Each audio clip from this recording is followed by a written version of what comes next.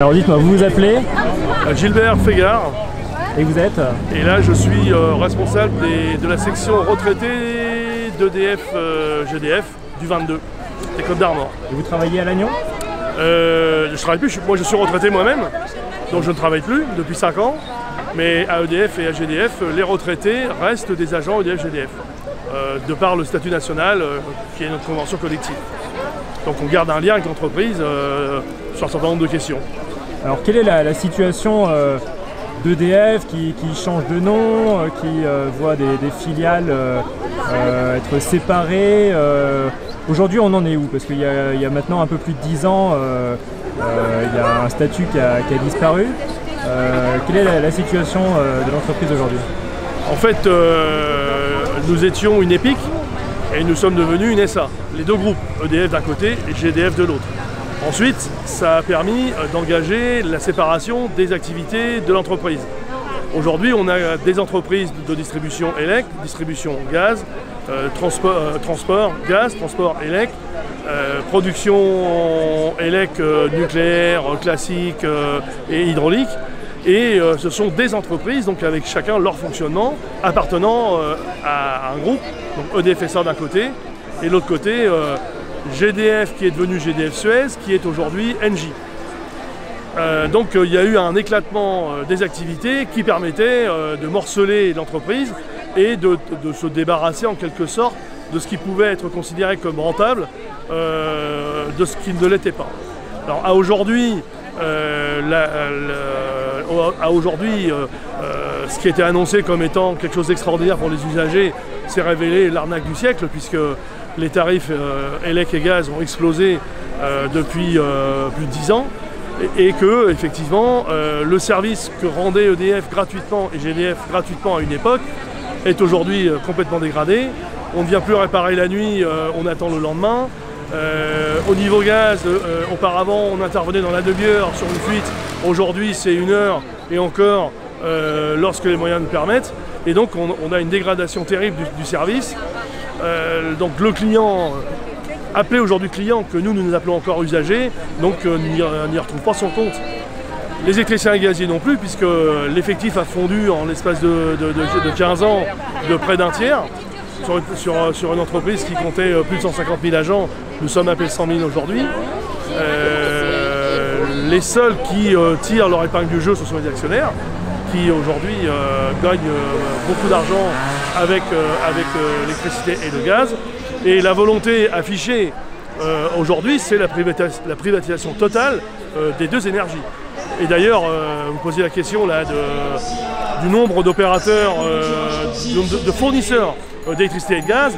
On voit les Cdiscount, Leclerc, Total se positionner sur la vente d'électricité et de gaz, sachant que aujourd'hui encore c'est le distributeur, donc Enedis, anciennement ERDF, GRDF et anciennement EDF tout court, qui assure l'exploitation des réseaux, pour l'instant, ce qui n'est pas écrit dans le marbre, puisque dans le même temps, il est possible, au travers des lois qui ont été votées ces dernières années, qu'une communauté d'agglos décide de reprendre la gestion de la distribution d'électricité sur son territoire.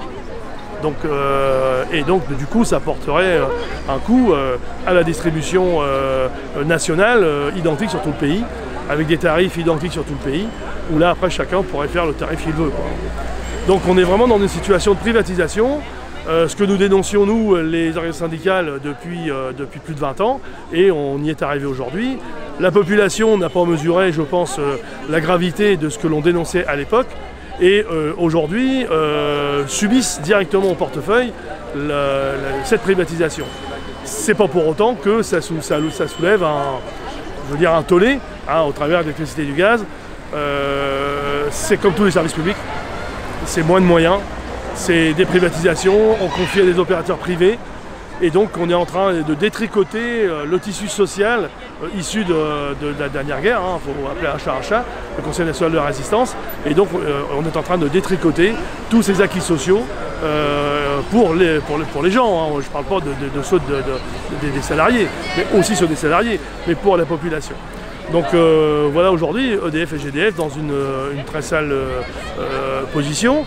D'ailleurs, au mois de juin, un conflit qui a duré, notamment sur Plérin, pour situer, qui a duré 3 semaines à Enedis, sur la question de la privatisation annoncée par les employeurs de l'astreinte, ELEC, ce qui est là dramatique, sur le fait qu'on supprime des emplois de façon importante. Alors, on supprime des emplois, mais ça ne crée pas du chômage chez nous. Mais on ne rempote pas, comme on dit. Des postes sont vacants, retraite, mutation, mais on ne les republie pas, donc ce qui fait que les équipes se retrouvent à monter l'astreinte toutes les semaines ou tous les 15 jours, alors qu'en fait, en général, c'est un mois, parce que c'est quand même assez éprouvant. Donc la question de l'emploi, la question des salaires, parce que les salaires, comme un peu partout, les salaires sont bloqués. Les évolutions de carrière sont quasiment au point mort. Et donc effectivement, au mois de juin, donc les agents, et notamment des jeunes, ont décidé de ne pas laisser faire. Donc un peu partout en France, il y a eu des agences occupées pendant plusieurs semaines et qui exigeaient l'ouverture de négociations. Alors quelques éléments ont quand même été positifs, puisque l'astreinte, la direction a mis un moratoire sur l'externalisation de l'astreinte. C'est-à-dire que pour l'instant, alors ça ne veut pas dire que le projet est abandonné, mais l'astreinte pour l'instant reste dans les équipes d'Enedis. Sur la question des salaires, il n'y a pas eu d'évolution, puisque là pour le coup c'est une décision nationale, puisque nous avons une grille de salaire nationale pour l'ensemble des salariés des entreprises. Sur la question des évolutions de carrière, c'est la même chose, ce sont des décisions nationales.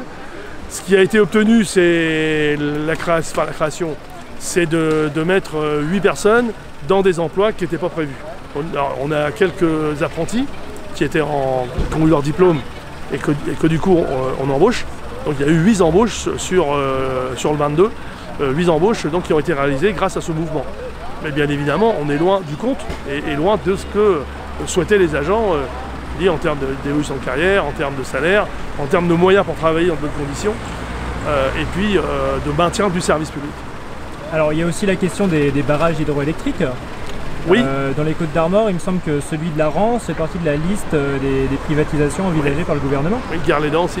Guerlédan aussi. Alors là-dessus, vous vous êtes mobilisé ces derniers mois pendant l'été aussi. Oui, il y a eu des mobilisations, des occupations avec le public, avec des syndicats, des partis politiques, les populations, pour dénoncer là aussi un scandale d'État, parce que ce qui est remis en cause, c'est pas une amélioration de la gestion des barrages, c'est leur privatisation, et c'est-à-dire qu'on va confier au privé la gestion de l'eau.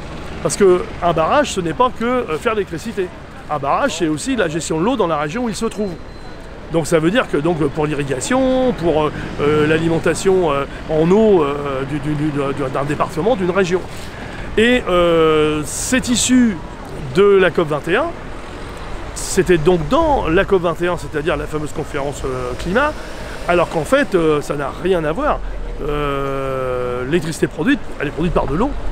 Qu'elle soit privée ou publique, elle ne sera pas plus verte l'eau. Enfin, verte au sens écologique du terme. Mais on est en train tout simplement de transférer un outil qui était à la disposition de l'État pour la gestion de l'eau des départements et des régions, de transfert au privé. Que va être l'intérêt d'un opérateur privé dans la gestion de l'eau, si ce n'est gagner de l'argent? Et comment on gagne de l'argent? On fait augmenter les tarifs, on limite l'emploi, voire on baisse l'emploi, on diminue les conditions de salaire, les conditions sociales qu'ont aujourd'hui les hydrauliciens avec le statut national qui est notre convention collective. Donc c'est tout simplement, on est en train de brader les barrages hydrauliques au secteur privé pour qu'eux fassent de l'argent au détriment, là encore, de l'intérêt général des populations.